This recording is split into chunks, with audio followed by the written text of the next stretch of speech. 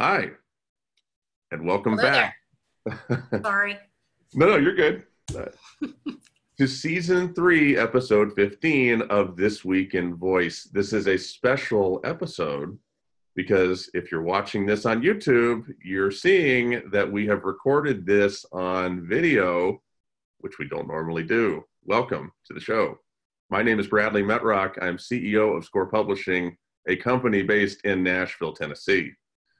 Our sponsor for this episode of This Week in Voice is Magic & Company, a premier agency that has helped many top brands find their voice.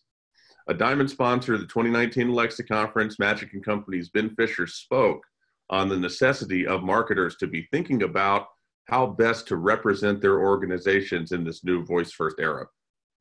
We recommend them for any company looking to create a voice experience or brand extension within these nascent IoT ecosystems. Seriously, if you don't know what Magic Company is, if you don't know Ben Fisher, stop the podcast, hit stop, hit pause, go to Google, look up Magic Company, look up Ben Fisher on LinkedIn or on Twitter.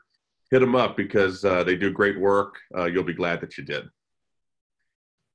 We are thrilled to be joined by a superb guest, Elizabeth Robbins. Elizabeth, say hello. Hi, everybody. Thanks Elizabeth. for having me today, Bradley.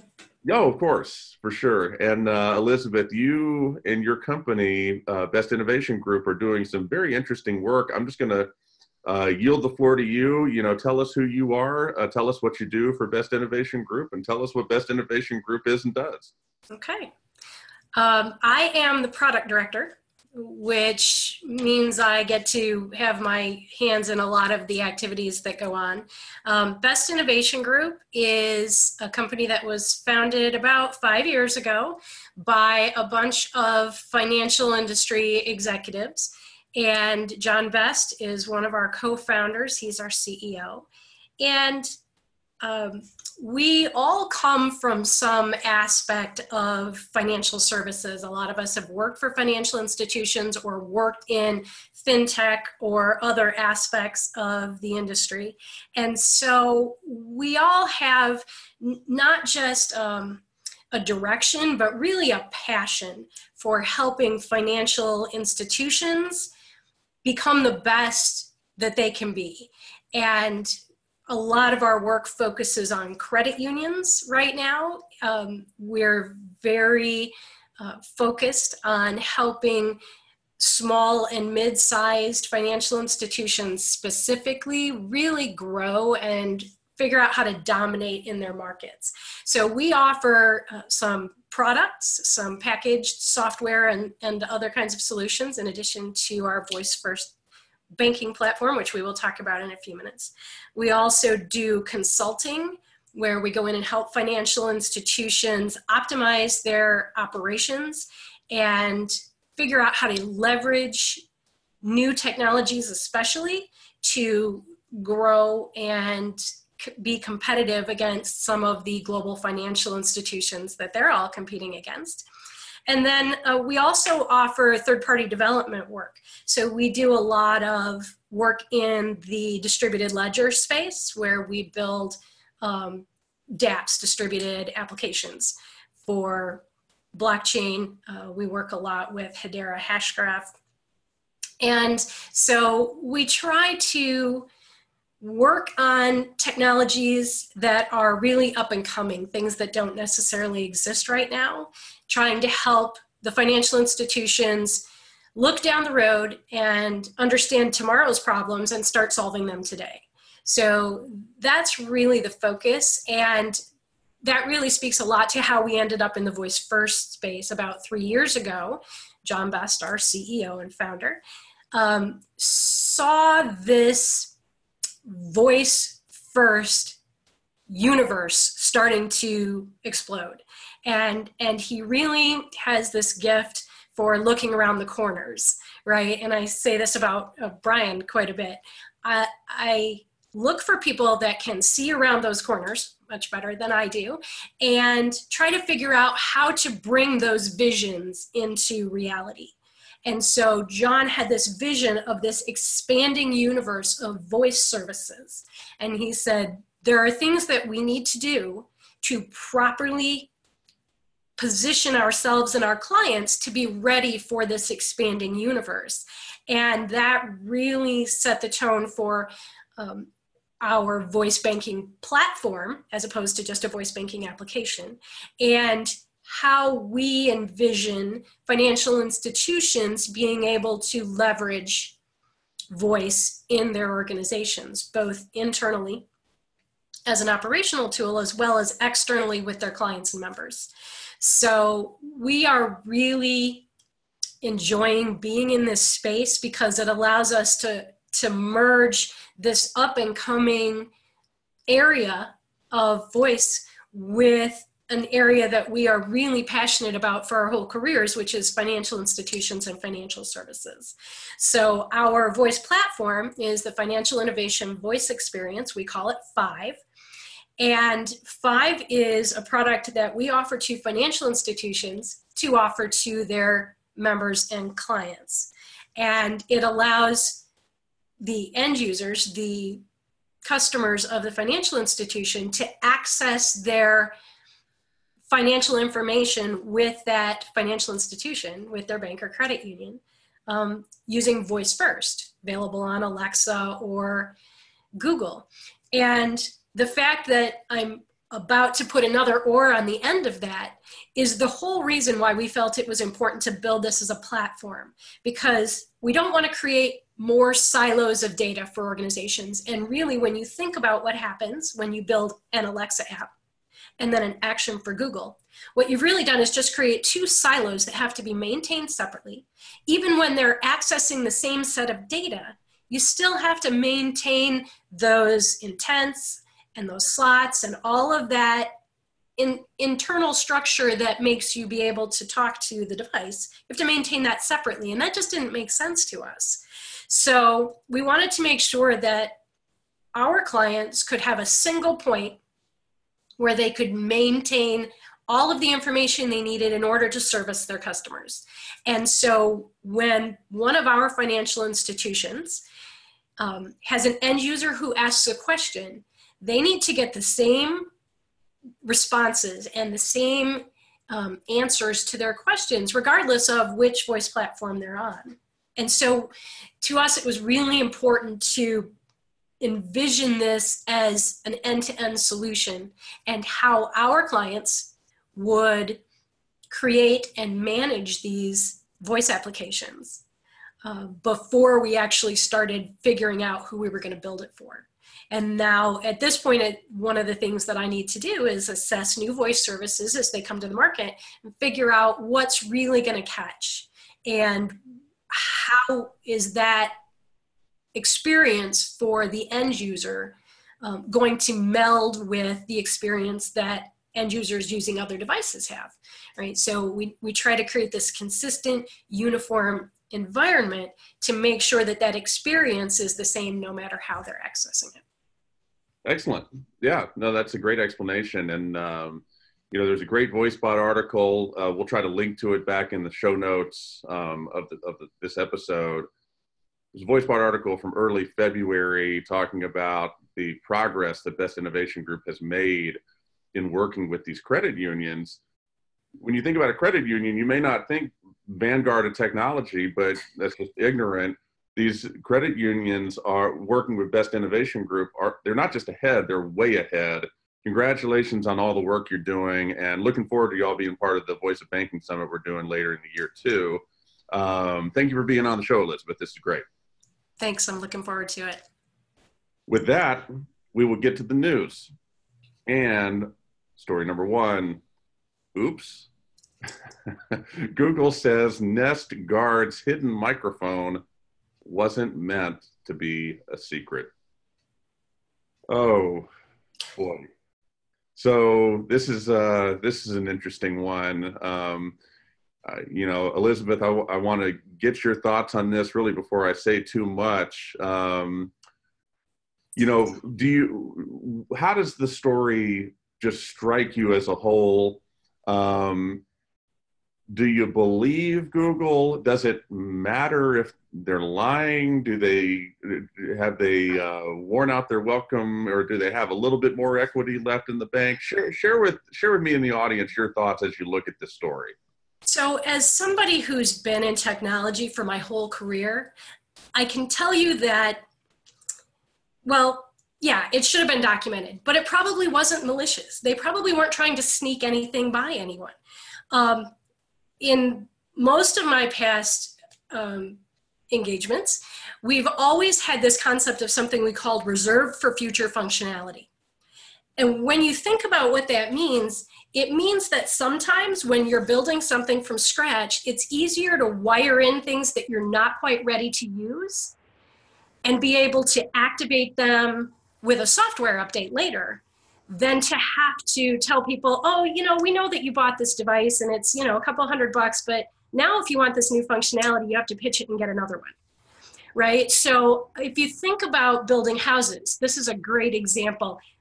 If you've ever gone into a house that you were getting ready to buy into an unfinished basement and seen all of this plumbing in one corner that's all stubbed out, that's reserved for future functionality. The builders put that there in hopes that if you ever want to finish your basement and put in a bathroom, it's already ready. You don't have to dig up the concrete or, you know, run new plumbing or electricity or things like that. It's already there and it's just stubbed out and waiting. So if you think about what Google has done from that perspective, what they've really done is stubbed out what they knew was going to be the desire to have voice control or to have the ability to listen to the ambient environment and eventually be able to activate that functionality. Now, they gave an example of glass break noise, right, as a way to trigger the alarm. And that's a great use case for a security device. But even as you look at the bigger universe of home control, eventually we need more microphones and more things, because right now I have a device someplace and I have to walk into that room in order to do something. But eventually, you know, my entire house will be able to listen to me and be able to wake up when I talk to it. And I think this is more along that lines of really getting started down that path of having this ambient listening environment everywhere. So I don't think it was malicious, and I don't necessarily think it was a mistake to put it there. I just think they probably overlooked documenting it. Sometimes that's a fine line to have to walk, because if you document something that doesn't work, then people get confused or they get angry. If you don't document it and somebody discovers it by accident, then you have this situation which looks malicious. So I think 99% of the people who own and use those devices probably didn't even read the instructions, let alone the specs or the schematics, right? But for that small percentage of people who really dig into their technology, I can understand it was really disconcerting to find out that something was there. So I don't think anybody should panic or think that Google is trying to spy on them through devices. I think they should maybe just be a little patient until they see what kind of plans. And now this may push their timetable a little bit or not, but I think once Google starts to unveil their plans for that future functionality, I think people will be okay with it. It's interesting. I like your reasoning. So as a lifelong gamer, I'm familiar with, and I hadn't even thought of this until you brought this point up. It used to be commonplace with video game consoles. You think about some of the Nintendo ones from the GameCube, you know, so pretty much anything mid 90s, even mid 80s. The original Nintendo had ports in it that never got used, and that continued, and it was basically what you're talking about. It was the potential future functionality that was incorporated into the hardware. That's interesting. That's probably the best possible defense of Google in the situation. That's A plus. I don't think it was malicious either. I just think it was, I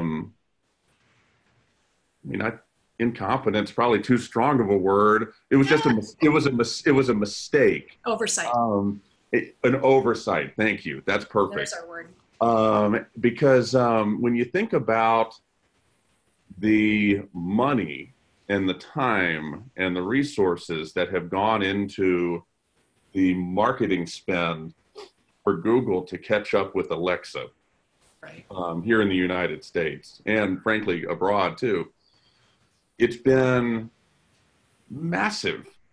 So, you know, we've done stories on This Week in Voice about how massive it's been. They spent so much money at CES. You know, they spent a lot of money this go around. They built a whole roller coaster. right. That was probably not cheap. The year beforehand, they made money. They made news all over the place for not anything else other than how much money they were spending on advertising. And there was reports on every park bench, every billboard, every free bit of real estate from an advertising standpoint in and around CES. By God, that has Google's logo on it and Google Assistant, something or other. And when you think about it from that lens, it becomes incomprehensible that news like this would come out. And I was reminded of something else too, and I had to go pull this up. I remember there was some weird news with Google and Nest, which I didn't really even pay that much attention to at the time. It's just a weird headline. I pulled it up. It's back from not too long ago, just about 30 days ago. Google is reabsorbing Nest, the smart home company it bought for $3.2 billion in 2014. So I think it's another item in Google's defense that this company is like not fully integrated into Google just yet. You know, they bought it in 2014, and then they did some weird thing where they reabsorbed it. I really don't even know what that means, but clearly it's not one and the same with Google. And I think that's why this is not going to end up mattering that much. You know, this is not strike 1, 2, and 3 for them. This is strike one. And so, you know, that's the way I look at it. And I think soon this will be overshadowed by the next thing that somebody does that takes our attention. And by the time they get to strike 2, we may not even remember strike 1. Well, that's true. Well, strike 1 can be erased, you know, by adding new features and doing things. It doesn't have to just stay like that. And yeah, people want to get upset about stuff like this. They want to, because it's you know, privacy is so much on our minds. Right. But it'll take a little bit more than that for, I think, people to run Google Homes back to the store and say, give me my money back. Any other thoughts on that? No, I think that was pretty much it on that. I wasn't all that concerned about it. Okay. All right. Good deal. Story number 2, our voicebot.ai story of the week. Voicebot.ai, giving voice to a revolution. Great news and commentary site. Seriously, if you're listening to this or watching this, if you don't know about the site, I don't know how you know about us. Go find out. Do yourself a favor. Apple acquires Pullstring. So this is another sign of the times, M&A activity. I want to get your thoughts on this, Elizabeth. What stood out to you about this? Were you familiar with Pullstring beforehand, or maybe not so much? Just share with me in the audience your thoughts on this one. I wasn't, it's not something that I follow regularly, but I was aware of some of their past work. But, you know, honestly, I think the thing that jumped out to me was finally, right? Finally, Apple wants to get into this arena. We've all been waiting, like for years. We've been waiting. Why, you know, I get the request all the time. Well, when is your platform going to be available for iOS? I'm like, I don't know what to tell you. It's not me. I'm not the one holding this up. We're not going to build a mobile app just so we can voice enable it with a bunch of stuff that the user has to do themselves, right? I mean, it's not inconsequential for users to be able to set up these shortcuts and all the things that they have to do just to get a mobile app to wake up by voice, right? And so that's not our direction. We don't want to be in the mobile space and just voice enable stuff. We want to be in the voice first space. And Apple just wasn't really making a lot of moves in that direction other than those that forward their music interest, right? So the HomePod. But I'm glad to see that they're taking steps in that direction now. I mean, I don't know that any of us thought that they were just going to sit and spin in this holding pattern forever. So I think it was just a matter of time and finding the right partner for this. I think they've made a pretty good acquisition in this. Not expecting to see the kind of velocity of change that we've watched Amazon and Google have over the last couple of years. I think it's going to take a while. We just got done talking about acquisitions and how you have to absorb them. And I think this is one of those cases where you have to look at this and say, okay, will they do better for us if we leave them alone? Or do we need to change our whole culture to be more like this? And what's going to get us to where we want to go? And I don't know that I really know where that is yet. I hope it's not. I hope where they want to go isn't where they are now, just, more of it. But they need to look at where they want to go and which of these two routes is the best way to get them there. And, they know their internal culture better. Obviously, that's going to be a huge issue for them, whether they just absorb that and then assimilate the pull string folks into their culture, or whether they try to make that shift, leave the pull string folks alone and just offload all of the voice first direction to them. So I think it's going to be interesting over the next year to see what really is going on with that. I'm just glad that they're doing something, that they're making a move into a proper voice first direction. Complete agreement. Yeah, I'm down with that. It's good to see them to affirmatively, proactively make a move. And full string is no slouch. These guys, Oren Jacob, smart guy, Michael Fitzpatrick, smart guy. They've got the capability to add a lot of value if Apple will allow it. Exactly. You're right. We really don't know, if Apple hasn't prioritized it in the past, and they haven't understood it in the past, and they failed to execute in the past, then sort of a state of show me. You gotta show me what you're gonna do, so we'll see. One thing that stood out about this, and doing the research for this, Brett Kinsella's piece for VoiceBot has a totally different purchase price than another article I read, and I don't even know if he's aware of this.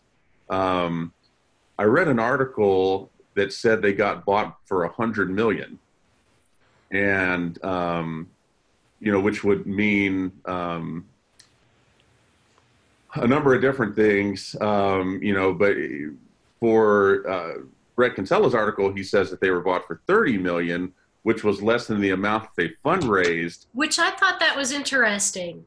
And most of the articles I saw were hedging their bets, saying somewhere between 30 million and 100 million, because nobody really has a good beat on that right now. So yeah, I could see something closer to the 100 million, because the potential upside for Apple is huge here.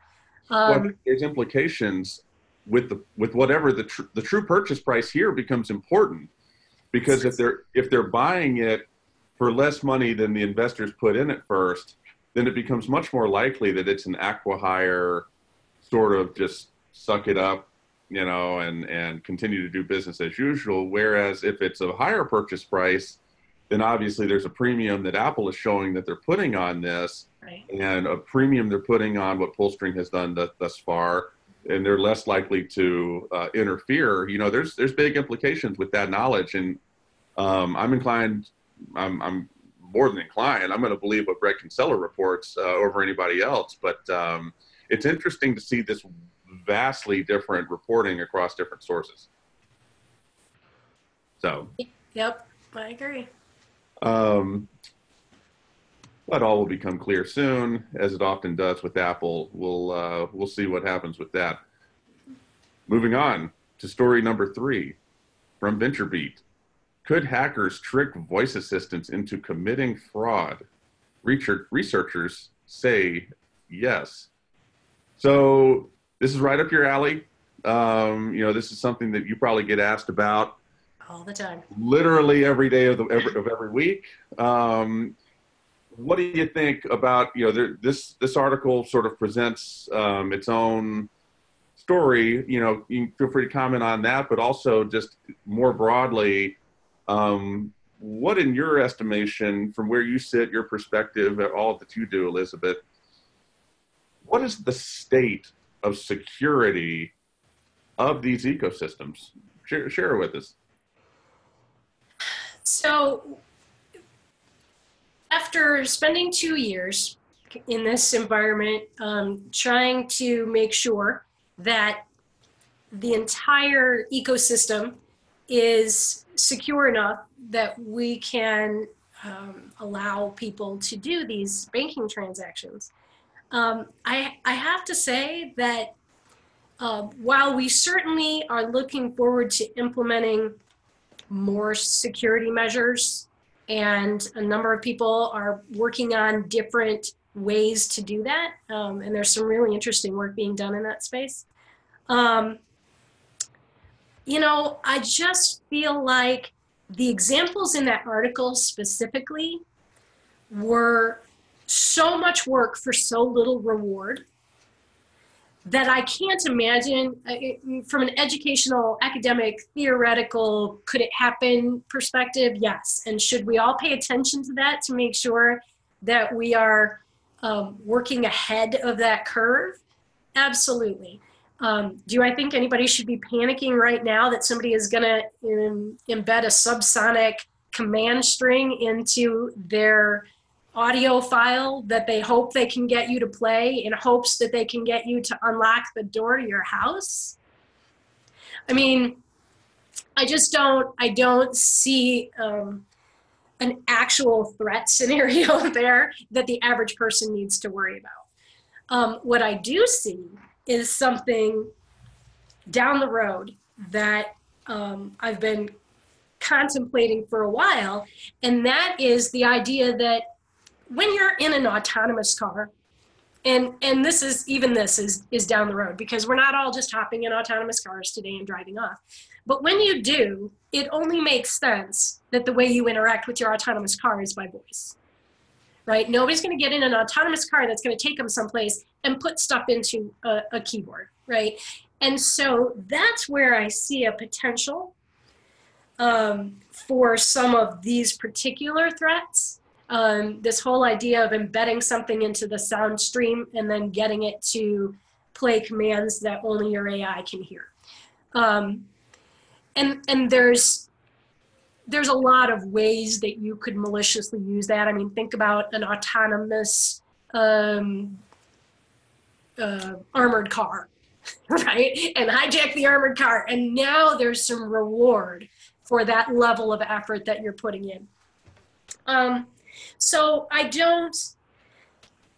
think there are some things that should probably just never be voice enabled. And that might be a little heretical from somebody who's in the industry. But yeah, there are just some things that we should probably never let be controlled by voice, because there are things that we may not ever be able to lock down about that. But for the most part, for the average user with voice technology in their homes, I'm no more concerned about this type of malicious activity than I was, before I read the article. So again, it's academic, it's theoretical, and I think that there should be people paying attention to it, and I know that there are. But from my perspective, if somebody manages to get a hold of what they need to make your voice device do a banking transaction, you have bigger problems, because they're probably just going to go hack your online banking or maybe do a wire transfer out of your account. I mean, there is a lot of threat vectors that are not the device in your home. And I don't have big concerns about people's home-based devices, or even really their automobile voice devices, in terms of the threat to fraud or anything along those lines, theft. I think there's just, you have to look at the amount of effort that somebody has to put in for the reward that they're getting. And, it's the difference between picking somebody's pocket in a crowd and stealing an armored car, right? My Alexa and Google Home devices in my house are, kind of the armored car end of that spectrum. They're kind of the pickpocket end of that spectrum, right? Even if somebody gets access to it, what they can really do is pretty minimal right now. As we expand what our voice platform allows people to do, we are planning ahead with reserved for future functionality, the ability to implement multi-factor authentication. We are working with a company that provides blockchain-based identity solutions that can be enabled to use with the voice solution.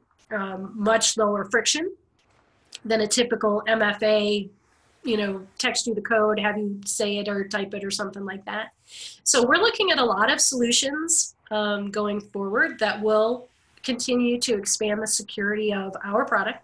And I know everybody who's in this space is doing that as well. But this was just not a huge concern for me personally for what I'm working on right now. All right. No, that's fair enough. I like the idea of an autonomous armored vehicle. It sounds like something out of a movie. Right. Protected by RoboCop. Yeah, exactly.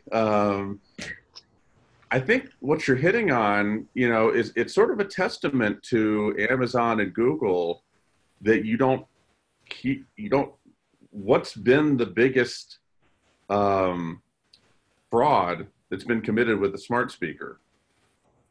Buying a dollhouse. Yeah, you got to sit there and think about that. Right. I have to sit there and think about that. I can't really even name nothing. The closest thing would be, some of these incidents of voice data on someone's Alexa ending up in someone else's house, like when that couple was talking to themselves and all that audio ended up in some random other person's house or something. I can't get the audio on purpose. I don't know how you can get it accidentally.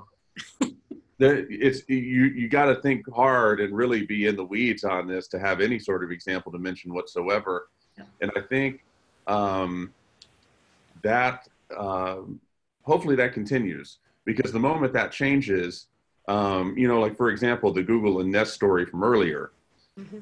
All right, we got a microphone sitting in the device. Well, okay, that's not cool, but there are plausible explanations for it, number one. Number two, that's outweighed by the other things that they're doing, right, easily. So when you get to, if the story were,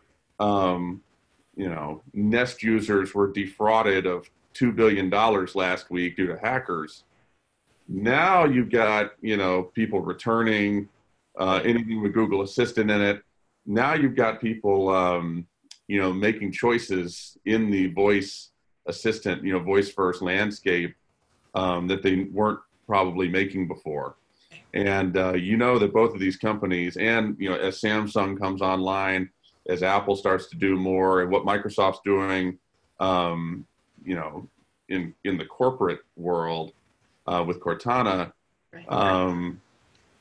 I don't think there's any higher priority than making sure no messed up stuff happens with people's accounts or that people aren't defrauded. One thing stood out in this article, and I didn't know this. Somebody hacked Alexa to announce a North Korean missile attack. That brings up an interesting point, because I was thinking about this as I was reading through these articles.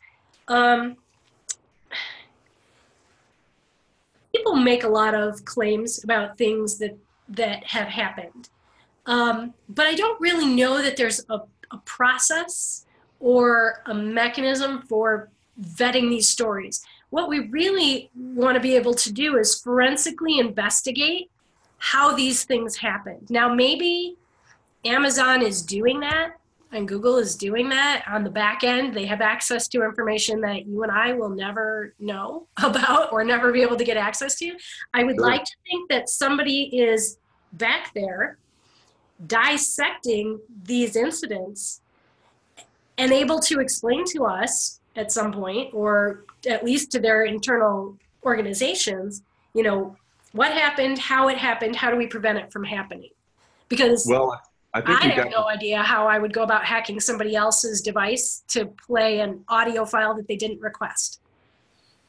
Sure. And I think we, for better or worse, got a glimpse of how that's going to go with how Amazon handled that incident where all of that audio in one house ended up in some random person, right. Just some contact that they had. It was someone they knew. It just wasn't someone they knew well. And they had access to all of that audio.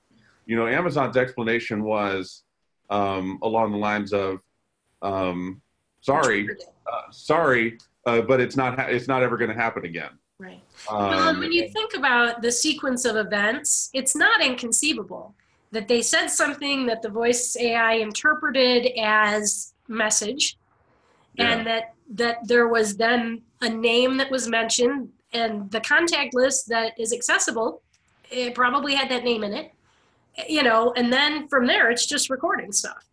Sure. There's a series of checks and balances that go on in that process.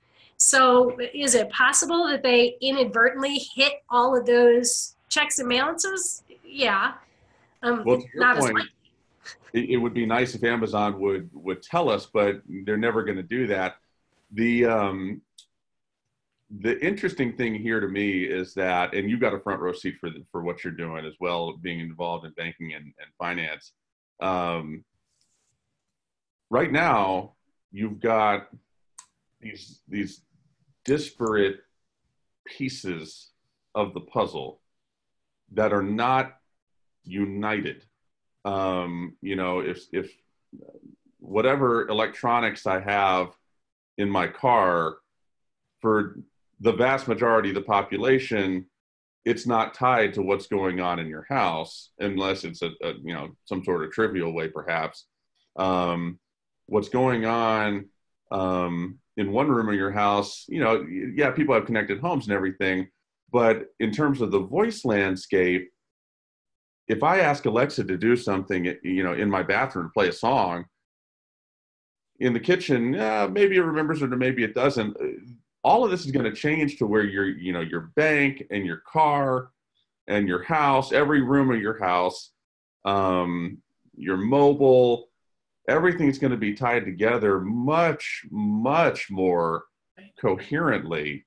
And that's where I think the incentives rise for hackers to penetrate these systems. Because right now, we give Amazon and Google the credit, like I just did a minute ago, for there not being a flagship incident that we can all hang our hat on and say, boy, you screwed that up. Let's see if we can not do that again. Right. There hasn't been that. But just as much as we give those companies credit for avoiding it, we also have to realize that the incentives are for these attacks are just going to rise, and they're going to rise a lot real quick. as this convergence takes place. So it's interesting to see articles like this. It is academic in nature, but it's something that I like to bring up on this show from time to time, articles like this, because it's something that you just, my opinion, clearly yours too, got to be thinking about. Any closing thoughts on that? As much as I love voice and I surround myself with it, there are some things that just aren't a valid use case for being voice enabled. And I think right now, every time something new comes out, we all want to experiment with it. We all want to try it out. We all want to see if we can give it legs, right? But I honestly don't envision a use case for, say, locking and unlocking my front door by voice. Now, I might be in the minority, but as I think through that process, there's just not enough friction there to make me want to voice enable my front door. That's an interesting one. How about fire the nuke? That probably doesn't need to be voiced. Let's not do that either, okay? Let's continue to turn to keys or put in codes or all of that kind of stuff, right? Sure. I mean, there are just some things that need a human to lay hands on them. Just because I'm a big fan of this mantra, just because you can do something doesn't mean you should. And I think as we go forward with proliferating voice technology, that's something that we should all keep in mind. Just because I can voice enable something doesn't mean I should. If I can reduce friction of something that someone does a lot, if I can make it easier or faster or more accessible, right? Whether that's accessible for the visually impaired or accessible for the physically impaired by voice enabling it, then there might be a use case there. But for me, I will probably not ever voice enable my front door or my garage door for that matter, or anything that would potentially in the future create a vector where somebody might be able to manipulate that. So I think that's just my closing point, and it's sort of for everybody in our industry, is just because you can doesn't mean you should. So let's all use some common sense when we put voice into things. Well said. Well said. We will move on to story number 4. So we made a little bit of news this week. Story number 4 is introducing voicefirst.community, the trade association for voice. So last night I posted an article to LinkedIn. That's the normal place I like to post articles or in announcements of different types, and announced that Pete Erickson, founder of Modev, creator of the Voice Summit coming up in July 22nd through the 26th in Newark, New Jersey. Get registered for it if you haven't already. We have co-founded this trade association called voicefirst.community.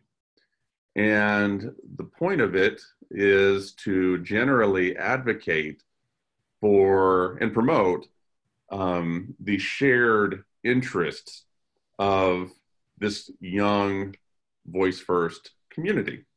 So, who is that? That's the question where, we get asked, in some of the talks we've already had, who is that? Well, it's everybody. Who's interested in the web? Everybody. So who's interested in voice? Yeah, that same everybody.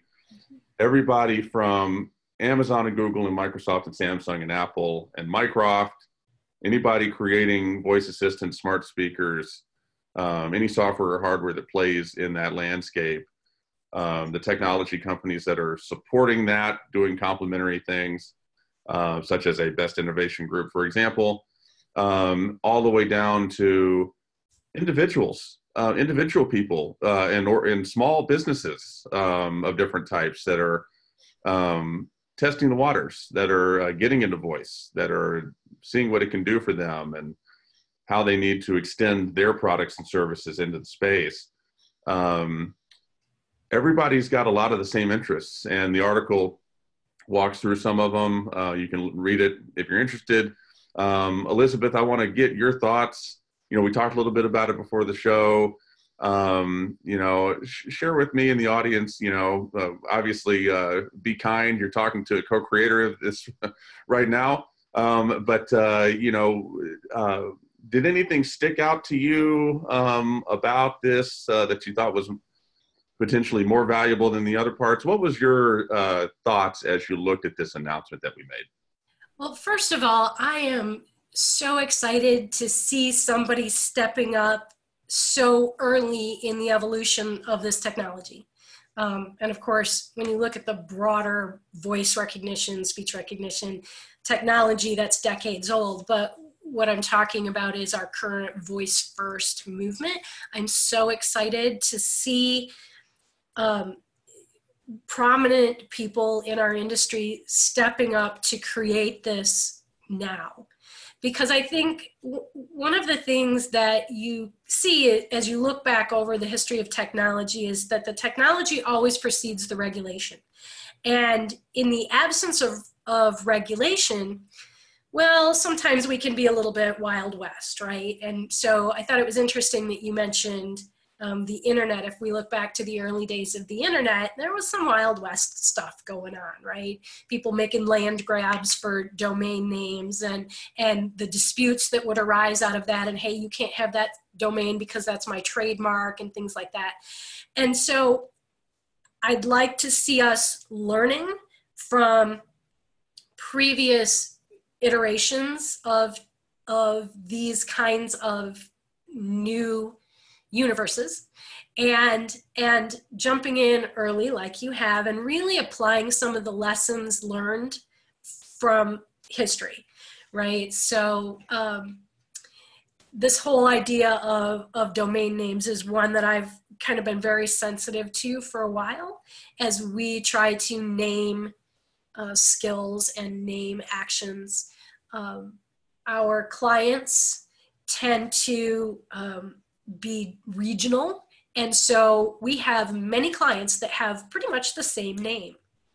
And that puts me in a little bit of a bind because I can't create, 7 heritage federal credit union skills, right? I have to find a way to equitably assign those names. And so I just see a lot of all upside, no downside to you guys starting this activity right now.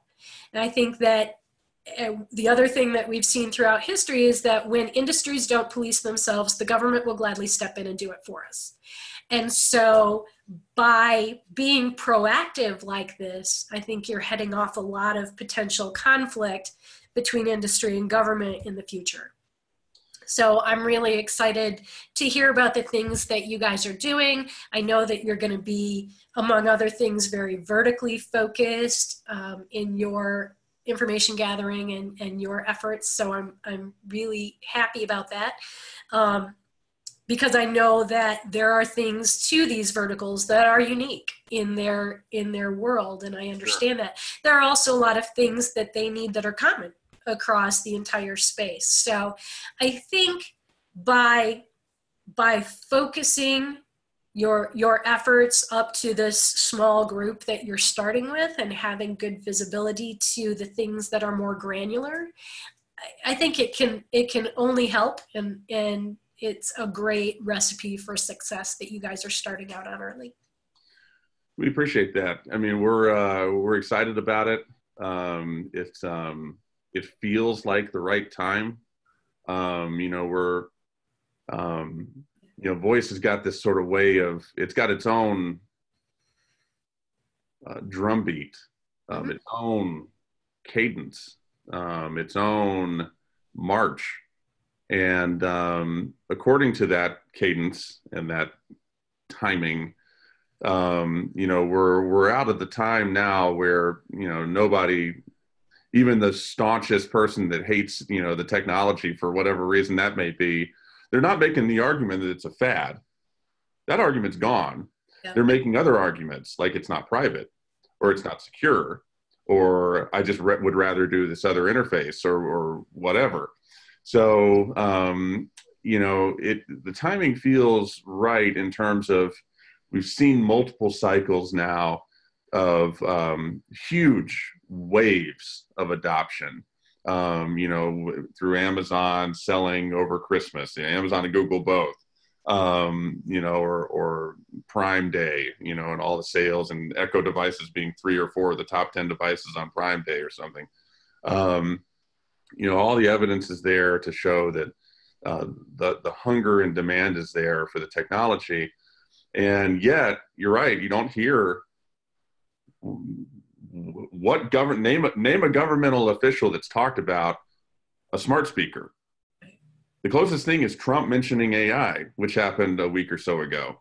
But even then, that's just him reading something. Like that's not a personal opinion. Yeah, well, whether you like him or not, it's irrelevant. The fact is, that doesn't. There's not a lot of depth to that knowledge. So the government, has not turned its gaze to this landscape yet. Right. It's interesting to think about what will happen when they do. And, one of the things I point out in the article is ratings. And it's interesting to think about, the work that you do from Best Innovation Group standpoint. You're out there talking to credit unions, talking to banks and financial institutions about using your platform. Well, the last thing you would want is for some credit union to decide, no, we're going to pass because there's concerns about content, and there's concerns that people aren't using smart speakers the way the adoption is not what it should be, because people can't trust content that has nothing to do at all with you. Right. It's just an element of the platform that can't be allowed to introduce, that some people are keeping out of the home. Mm-hmm. We haven't gotten to that sort of conversation yet, but it's coming. And so that's one example among many. I mean, there's a lot of things that we're going to try to take on, and we want to not rush. We're going to put our shoes on one foot at a time. We're going to take one step at a time. We're going to do one thing at a time, and until this thing gets rolling. But I appreciate that, and appreciate you allowing me to throw that on the docket, because we want to make sure people know about it, because we want to get as many people involved as we can. Yeah, I'm glad you put it on there, because like I said, I'm really excited about it and anxious to see where it goes. I appreciate that. Elizabeth, thank you for the time. Thank you for setting this time aside. Thank you for sharing your time, sharing your experience and your expertise with not just me, but the audience as well. It's greatly appreciated. Thanks for having me. I appreciate the call. For This Week in Voice, Season 3, Episode 15. Thank you for listening, and in this case, watching. Until next time.